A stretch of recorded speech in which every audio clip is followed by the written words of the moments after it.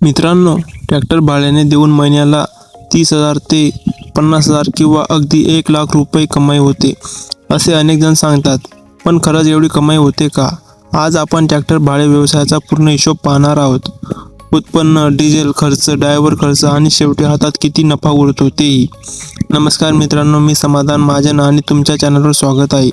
जर तुम्ही नवीन ट्रॅक्टर घेण्याचा विचार करत असाल किंवा ट्रॅक्टर भाड्याने देण्याचा व्यवसाय सुरू करणार असाल तर हा व्हिडिओ शेवटपर्यंत नक्की पहा. भाग 1. ट्रॅक्टर भाडे किती मिळते? सध्या महाराष्ट्रात ट्रॅक्टरच्या कामानुसार भाडे वेगवेगळे असते. रोटावेटर काम 800 ते 1200 रुपये प्रति तास, ट्रॉली वाहतूक 700 ते 1500 रुपये प्रति फेरी, नांगरणी 1000 ते 1500 रुपये प्रति तास, कल्टिवेटर 700 ते 1000 रुपये प्रति तास. हे दर गाव आणि भागानुसार बदलू शकतात. भाग 2. महिन्याचे उत्पन्न. समजा एका महिन्यात ट्रॅक्टरला सरासरी 100 तास काम मिळाले. जर प्रति तास 1000 रुपये भाडे मिळाले तर 100 गुणिले 1000 बरोबर 1,00,000 रुपये, म्हणजे महिन्याचे एकूण उत्पन्न 1,00,000. भाग 3. खर्च. डिझेल एका तासाला साधारणपणे 4 ते 5 लिटर लागते. 100 तास जर ट्रॅक्टर चालला तर 5 लिटर प्रमाणे 500 लिटर जर डिझेल 95 रुपये लिटर असेल तर 47,500 रुपयाचे डिझेल लागते. ड्रायव्हर खर्च.